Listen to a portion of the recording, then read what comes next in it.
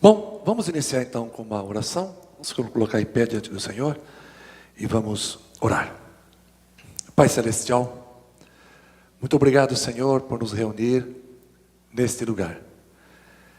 Estaremos, Senhor, conversando contigo, expondo as nossas necessidades em Cristo Jesus, pedindo a tua bênção, a tua misericórdia, a tua proteção. Estaremos também, Senhor, ministrando um estudo do livro do Apocalipse. Te rogo em nome do Senhor Jesus Cristo que nos abençoe.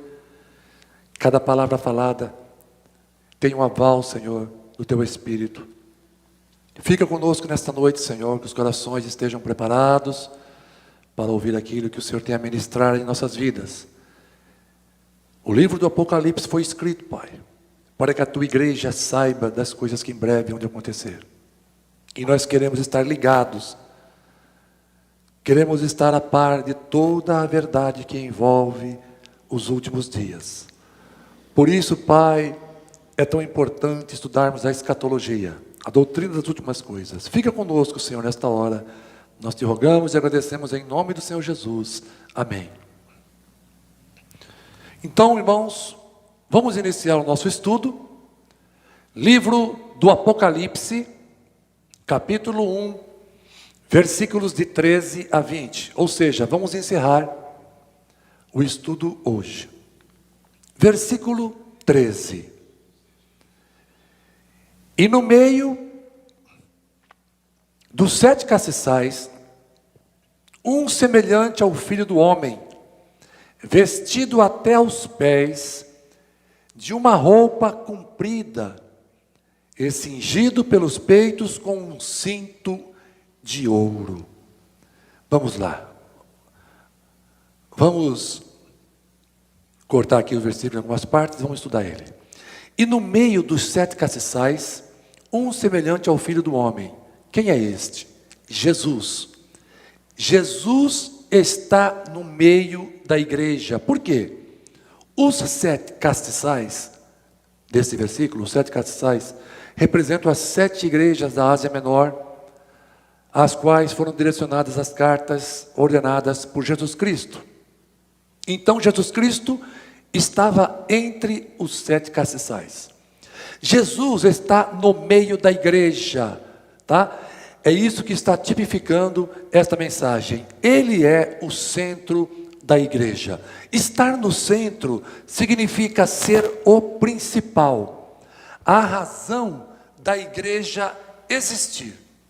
Infelizmente, há muitas pessoas que inadvertidamente têm empurrado Jesus para a margem de suas vidas, ao darem mais importância para as coisas materiais ou pessoas do que ao próprio Senhor. E quanto a você, Jesus Cristo está no centro da sua vida? O texto diz que no meio dos 7 castiçais estava um semelhante ao Filho do Homem. Jesus está no centro da sua igreja. Depois o texto continua: vestido comprido. Então, aquele semelhante ao Filho do Homem estava com uma vestimenta chamada de vestido comprido. Isto indica sua dignidade sumo sacerdotal, tá bom? O texto continua: cinto de ouro. Ele usava um cinto de ouro. Isso indica a sua dignidade real. Versículo 14. E a sua cabeça e cabelos eram brancos como a lã branca, como a neve, e os seus olhos como chama de fogo.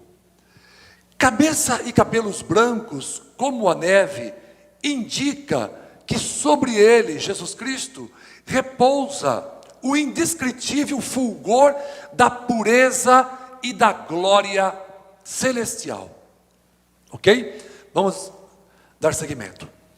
Olhos como chama de fogo. Isso tipifica a sua onisciência. Onisciência significa ele tudo vê, ele tudo sabe. Nada pode se ocultar dos seus olhos. O fogo destrói todos os obstáculos que tentam impedir a abrangência e eficiência da visão do Senhor. E, portanto, tudo vem à tona diante dele. Nada pode se ocultar do Senhor Jesus.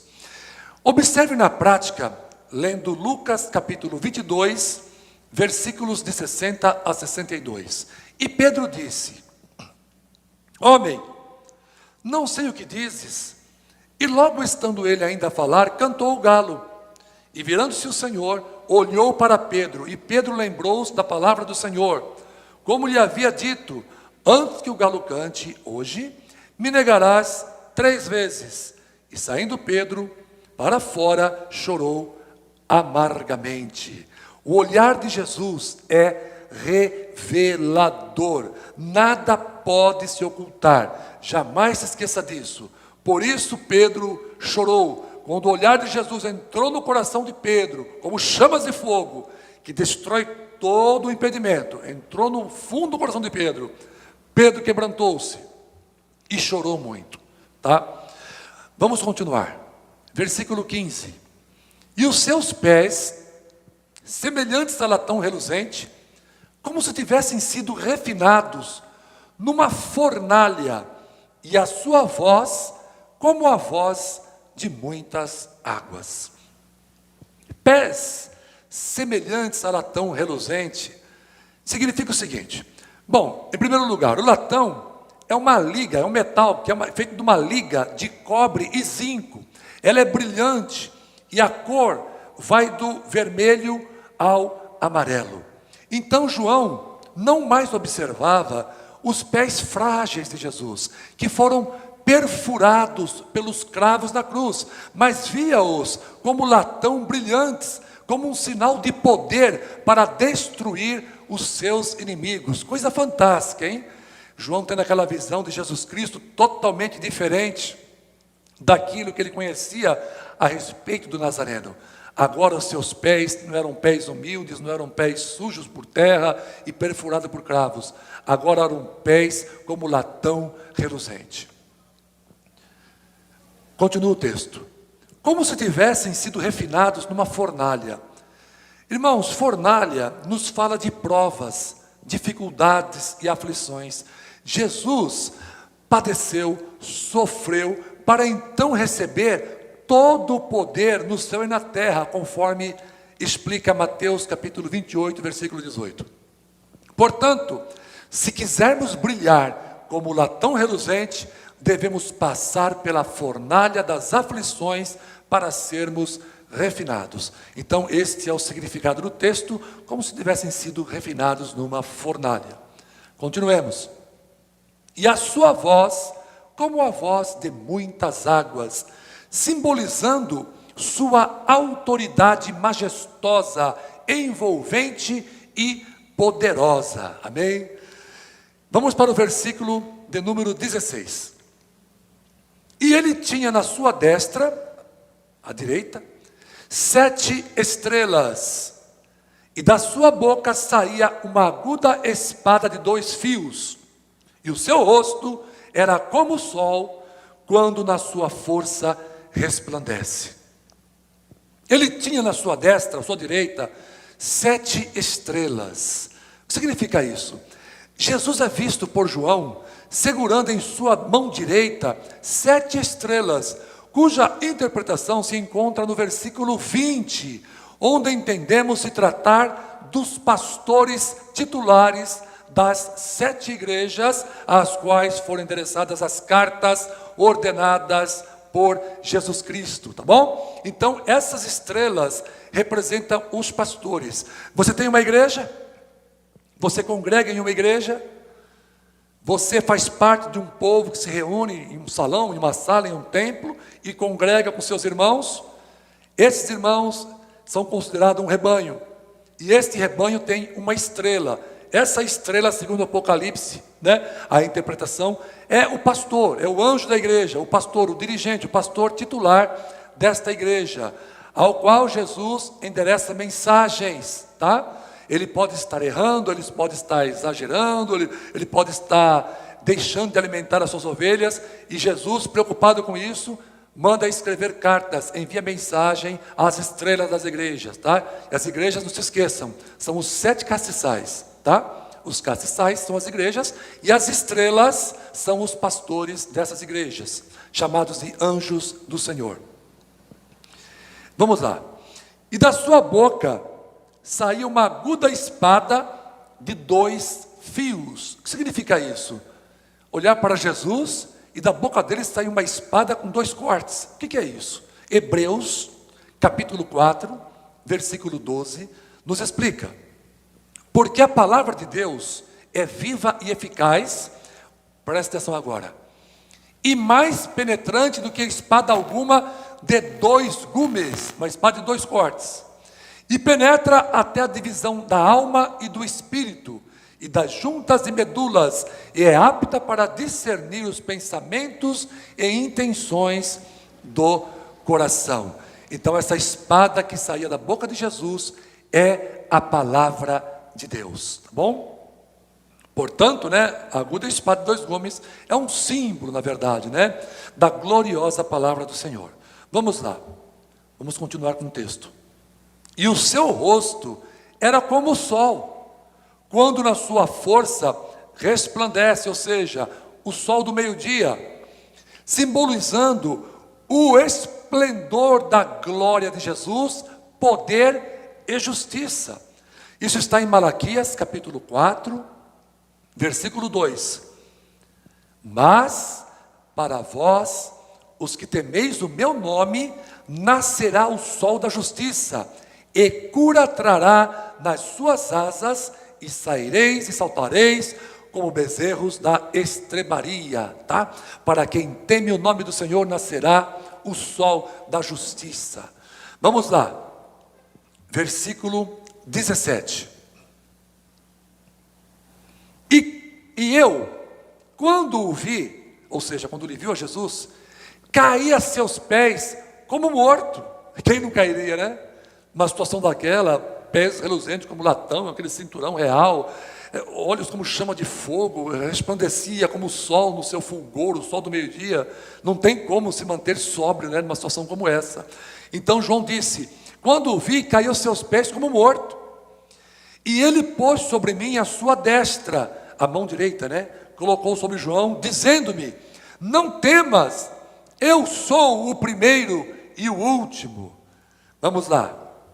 E eu, João, quando o vi, caí a seus pés como morto. Irmãos, isso ocorreu porque apesar de João ser salvo, ainda estava em um corpo mortal, um corpo não glorificado. E isso o impossibilitava de contemplar a glória de Deus desta forma. Podemos verificar isso também em Daniel, capítulo 10, versículo 9. Contudo, ouvi a voz das suas palavras, e, ouvindo o som das suas palavras, eu caí sobre o meu rosto num profundo sono, com o meu rosto em terra. Então ficou bem claro aqui, Diante da glória de Deus, do poder de Deus, do fulgor da luz do Senhor, nós, meros mortais, não aguentamos, cai mesmo. Tem gente que às vezes se incomoda, Caiu, Deus levanta, não derruba. Mas a glória de Deus nos derruba sim. Derrubou João, derrubou Daniel, não tem como. A coisa é tremenda, a coisa é muito forte.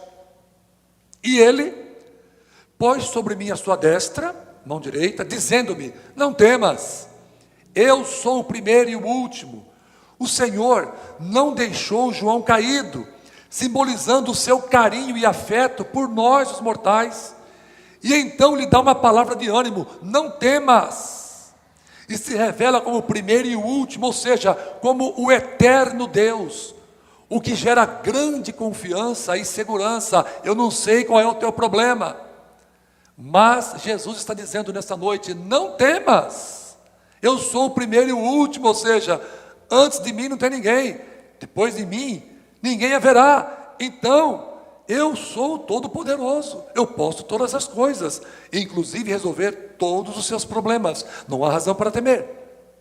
Versículo 18, vamos continuar.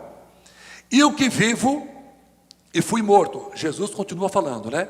E o que vivo e fui morto. Mas eis aqui estou vivo para todo sempre. Amém. E tenho as chaves da morte e do inferno. Vamos dividir esse versículo em algumas partes, vamos comentar. E o que vivo e fui morto, nos faz entender o seguinte: eu sou aquele que vive, estive morto, mas estou vivo. Romanos capítulo 6, versículos 8 e 9. Ora, se já morremos com Cristo, cremos que também com Ele viveremos, sabendo que, tendo sido Cristo ressuscitado, olha só, dentre os mortos, já não morre.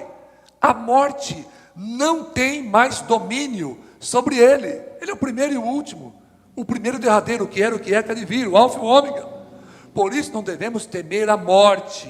O nosso Senhor vive, e por Ele viver, nós também viveremos. Vamos continuar.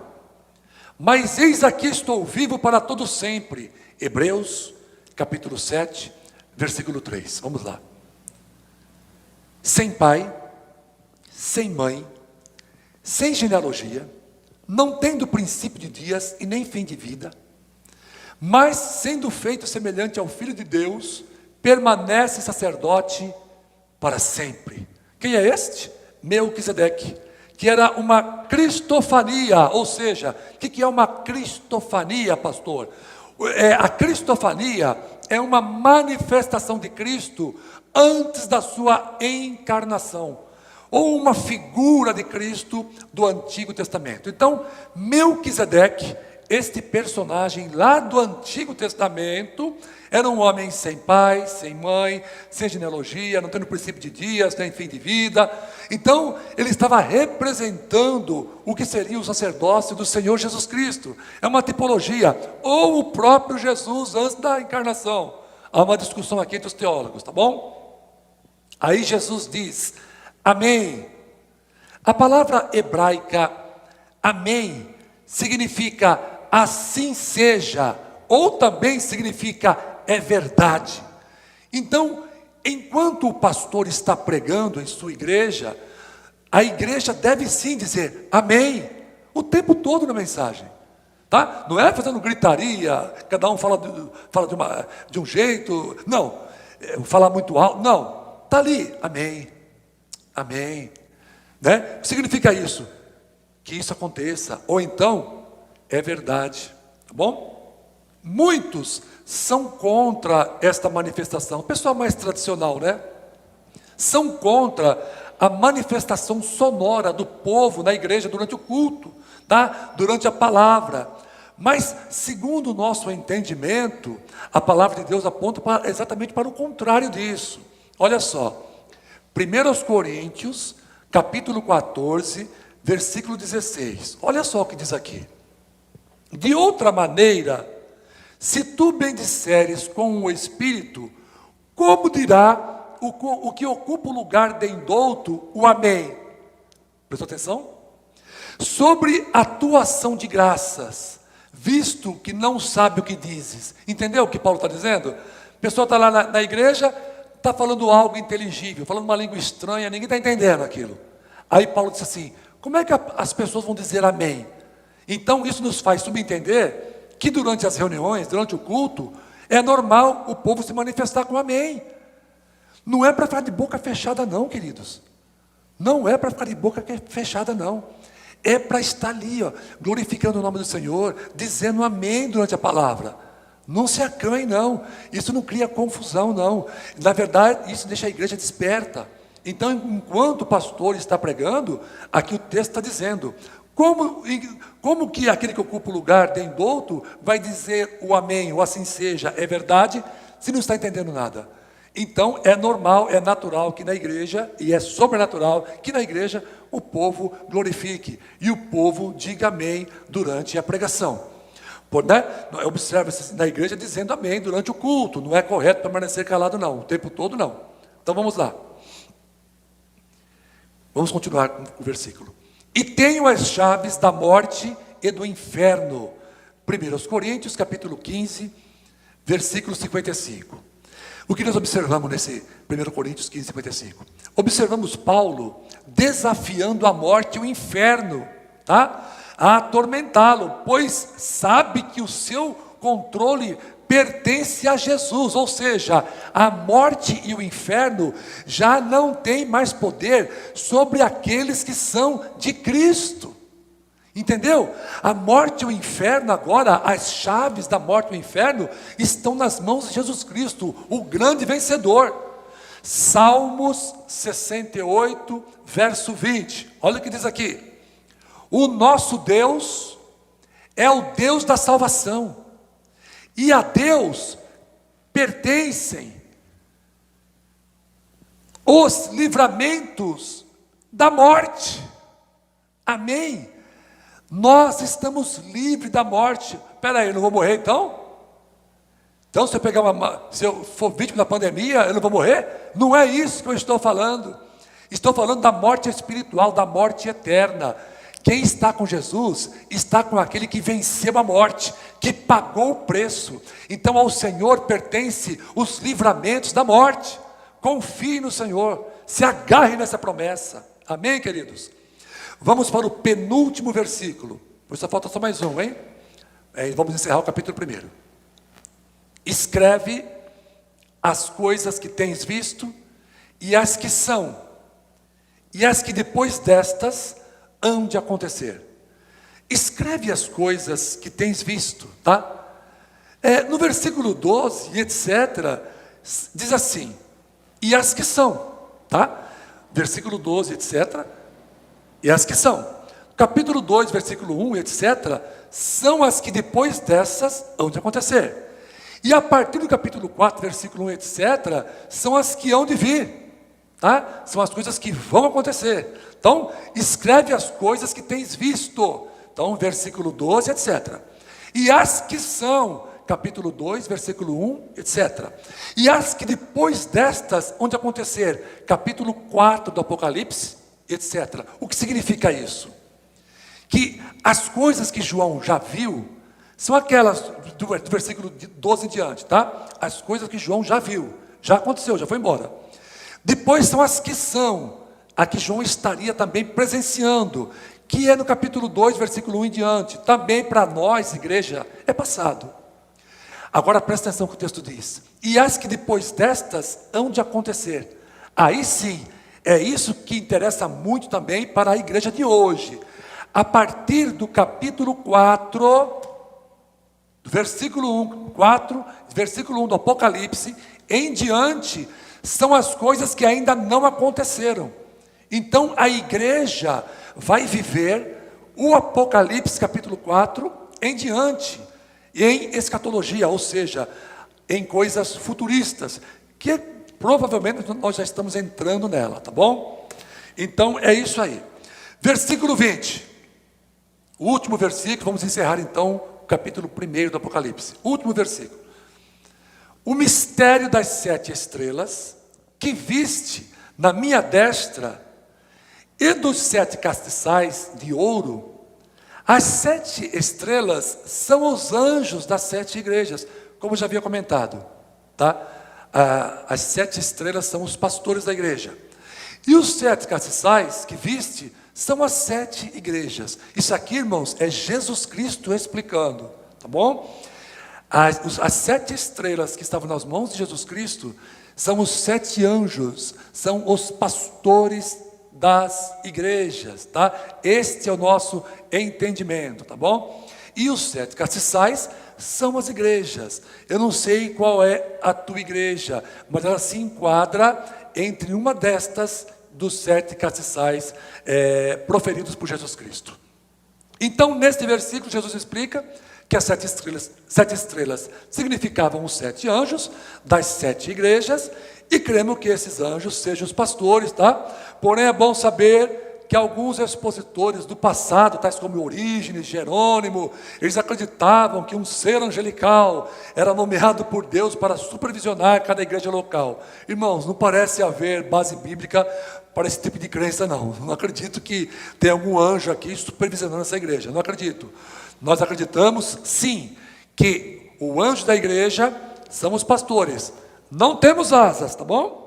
Não temos asas, mas somos anjos no sentido de sermos os mensageiros de Deus, sermos os responsáveis na terra por cada rebanho, em cada lugar que o Senhor implantou, tá bom? Muita gente baseia sua fé nesses cristãos primitivos, tá bom?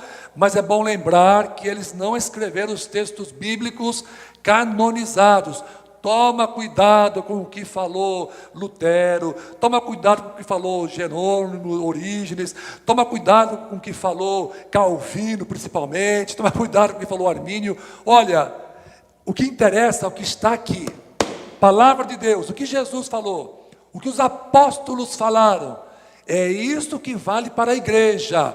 Então, se a tua igreja fala muito de Calvino, fala muito de Armínio, fala muito de Lutero, esquece esse negócio. Vamos ficar com a palavra, tá bom? Nós temos que falar de Jesus, viver este evangelho. Então, estamos encerrando o capítulo 1 do livro do Apocalipse. Quando eu encerrar esse culto, você terá aí gravado o vídeo. Nós vamos editar alguma coisa no YouTube. Nós temos ali uma playlist, tá? Tipo de uma pasta. E lá nós temos desde o primeiro dia que começamos no Apocalipse, e nós vamos deixar ali guardado até o último capítulo. Então vocês podem consultar na minha página no YouTube, Pastor João Bovolini, procure ali, a playlist Apocalipse, que todo o estudo vai ficar ali. E no final do nosso curso, eu vou mandar para vocês, que estão colocando um amém, vou observar quem está colocando um amém, que está se interessando. No final, vou mandar uma apostila para vocês, tá bom? Todos terão uma apostila eletrônica, com todo o curso, tudo bonitinho, bem divididinho, para você poder estar relembrando tudo que você tem aprendido através do estudo do Apocalipse dessa igreja. Tá bom, queridos? É o seguinte, nós vamos fazer uma oração, na oração final, nós vamos orar por vocês, orar pela igreja e pelo Brasil. Participe dessa oração, não sai daí. Só dar um aviso rapidinho, no próximo domingo, nós estaremos aqui cultuando ao Senhor com a igreja. E se vocês conhecem alguém que está enfermo, e se essa enfermidade não for contagiosa, tá bom? Porque resfriado, gripe, pessoas com febre, infecção, este tipo de enfermidade, nós vamos orar por vocês, mas vocês em casa, vocês ficando em casa.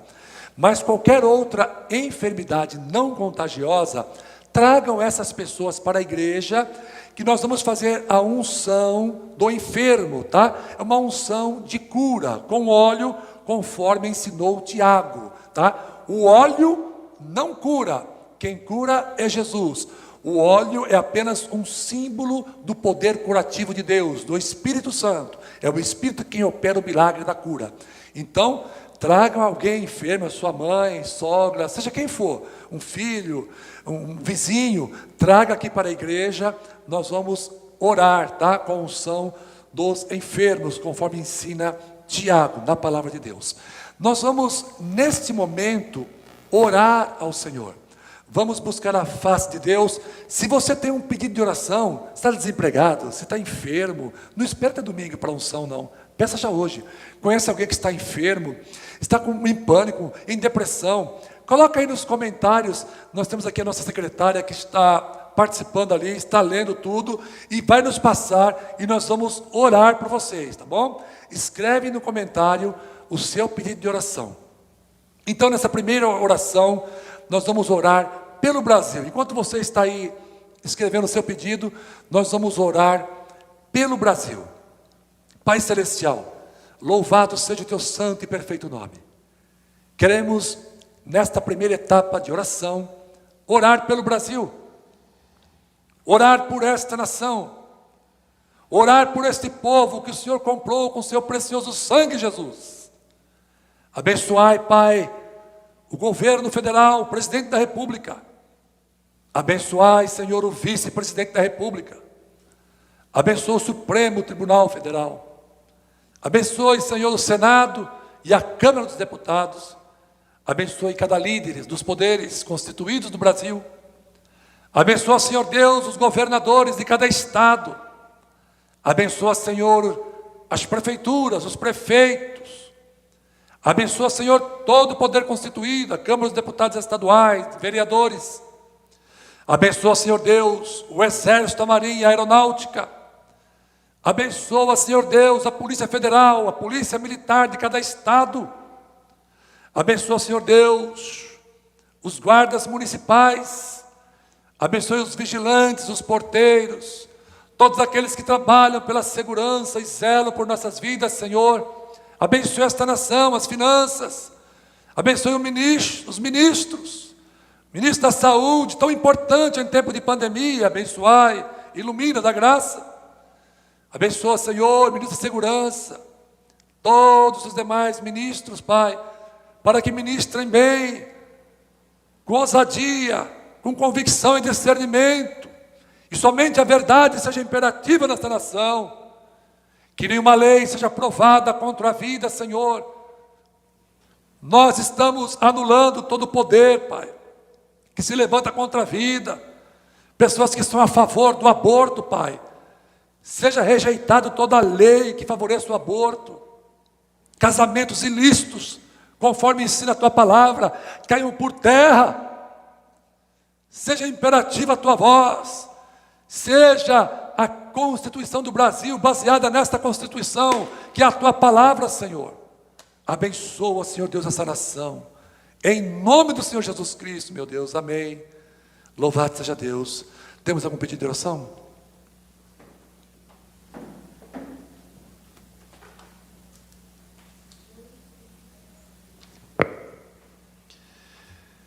Vamos lá, irmãos. Nós temos aqui a Eliana Ribeiro, está com Covid-19. Nós temos aqui a Aparecida, está com Covid-19. Nós temos a mãe da Dona Regina, Covid-19. E todas estas pessoas estão internadas. Há um pedido de oração aqui. Vidas em risco. E nós vamos orar. E o nosso Deus é poderoso para operar aqui. Em nome de Jesus. Se você tem um pedido de oração, coloque aí nos comentários. A nossa secretária vai estar anotando e nós vamos orar em seguida por vocês. Mas agora por essas vidas e por quem mais estiver com Covid-19. Pai Celestial, te apresento esses nomes, Pai. Em nome do Senhor Jesus Cristo. Dona Regina, a Eliana, a Aparecida. Deus, todas internadas com Covid-19. Pai, é uma virose terrível, sorrateira, mortal. Mas como nós estudamos hoje aqui na Tua palavra, Pai, no livro do Apocalipse, nós aprendemos hoje aqui neste lugar, meu Deus, que nas mãos do Senhor Jesus está a chave da morte e do inferno. E o Senhor tem poder sobre tudo e sobre todos, Pai. E o Senhor também tem um poder curativo extraordinário para curar, Pai. Inclusive Covid-19. Muitas pessoas até se dizendo pastores, desafiando a nossa fé. De que se Deus cura, porque não cura de Covid-19? Deus cura e Deus cura de Covid-19. Que todas essas pessoas escapem com vida. E que saibam que um povo esteve orando por eles, em nome de Jesus Cristo. E o milagre possa ocorrer. E o Teu nome venha a ser glorificado, Senhor, na vida dessas pessoas. E seus familiares que estão sofrendo. Em nome de Cristo Jesus. Amém. Glorificado seja o nome do Senhor. Temos mais algum pedido? Vamos orar pela igreja do Senhor.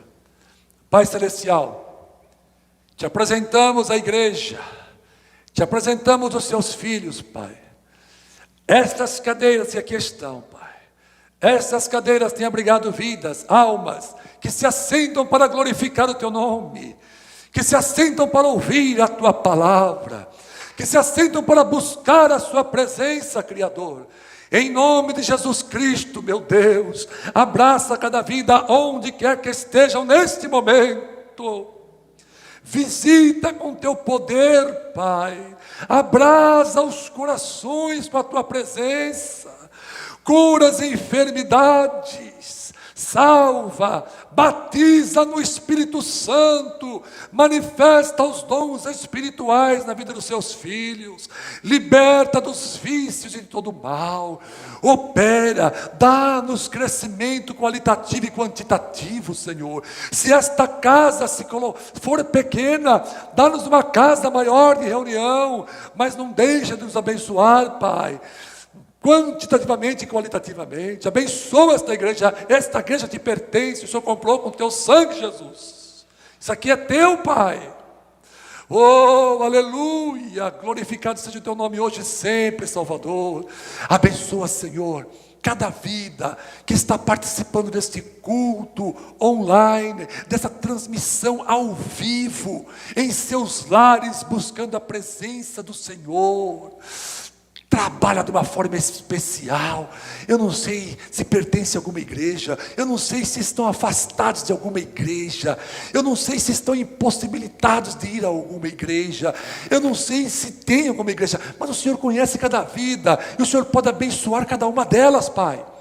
E aquelas pessoas que estão em nossa redondeza, ou podem chegar até aqui, que venham buscar a tua presença conosco, e aqueles que não podem, que participem dos nossos cultos online, mas não deixem de congregar de uma forma ou outra, Pai, buscando a tua presença. Renova, Senhor, a sua vida espiritual, que o Senhor possa fazer sentir, Pai, enquanto oramos, o calor da sua presença, o toque do seu Espírito, Deus. Aviva a tua igreja. Visita, Deus, a tua videira. Somos o teu povo, Senhor. Somos a tua igreja nesta cidade. Visita-nos, Senhor, e usa-nos em tuas mãos de uma forma poderosa, Pai. Abençoa, Jesus. Que o teu Espírito Santo seja benevolente com cada vida que está participando dessa reunião. Aqueles que estão empregados, não deixa perder o emprego. Só se for para uma coisa melhor. Aqueles que estão desempregados, abre porta de emprego. Aqueles que trabalham com comércio, com vendas, multiplique as suas vendas, para que nunca falte o pão, a roupa, o transporte, a moradia, Pai. Abençoa os seus filhos de uma forma poderosa, Deus. Que possamos te amar cada dia mais, que a nossa fé cresça, que o teu nome apareça, sejas glorificado, Deus, no céu e na terra. Fica conosco, fica com a tua igreja. Tu és tremendo, tu és Deus, tu és a nossa esperança, a razão do nosso viver, Senhor. Abençoa as famílias, Pai. Se ouve falar de divórcio, nesse tempo de pandemia, a pandemia do divórcio, não permita este mal nas famílias. Ajuda, Senhor, a haver união e unidade nas famílias, Pai. Os nossos filhos, salva os nossos filhos, tira os nossos filhos dos vícios, das drogas, do cigarro, da bebida, e fortalece os nossos filhos na tua casa, Pai, para que criem raízes, estejam arraigados na rocha que é Jesus. Abençoa, Senhor, nossos pais, nossos avós, nossos filhos e netos, a nossa família de uma forma geral. Fica conosco, Pai. Abençoa o nosso coração, nos conforte. Tira o aperto do coração, tira a angústia da alma. Encha-nos da tua paz, encha-nos de alegria, Criador. Que o teu Espírito Santo possa se envolver de uma forma gloriosa com a nossa vida. Nós queremos a tua presença, Pai, manifesta. Nós não queremos apenas um Espírito residente, nós queremos também um Espírito presidente, e que se manifesta. Manifesta-te, ó Jesus, manifesta-te em nosso meio. Fica conosco, amado Mestre. Agora, Pai, nos despedimos da tua presença, deste lugar. Leva-nos em paz aos nossos lares, e aqueles que estão em seus lares, continua abençoando. Um término de semana abençoado a todos, Pai. Em nome do Senhor Jesus Cristo, amém, e graças a Deus, aleluia. Oi? Domingo, irmãos, às 18 horas, a nossa transmissão ao vivo do nosso culto de celebração. E mais uma vez lembrando vocês que nós teremos aqui a unção de cura, tá bom? Unção dos enfermos. Nós vamos ungir em nome de Jesus. Nós não vamos tocar em ninguém não, nós reconhecemos a pandemia, vamos fazer de um jeito diferente, distante, mas é possível assim mesmo a gente fazer isso, tá bom? Então venha no domingo, traga os enfermos, tá? Nós estamos cumprindo todo o protocolo, distanciamento aqui na igreja, medimos a febre, tá? Nós temos aparelhinho aqui para medir a febre, não vai entrar se tiver com mais de 37,8, nós estamos chamando as pessoas à responsabilidade, tá bom? Não teremos aglomerações, estamos evitando isso também. Então, em nome de Jesus Cristo, a obra de Deus não pode parar. Vamos cuidar desses detalhes, mas a obra de Deus ela não pode parar. Vamos continuar servindo o Senhor nosso Deus hoje e sempre. Amém?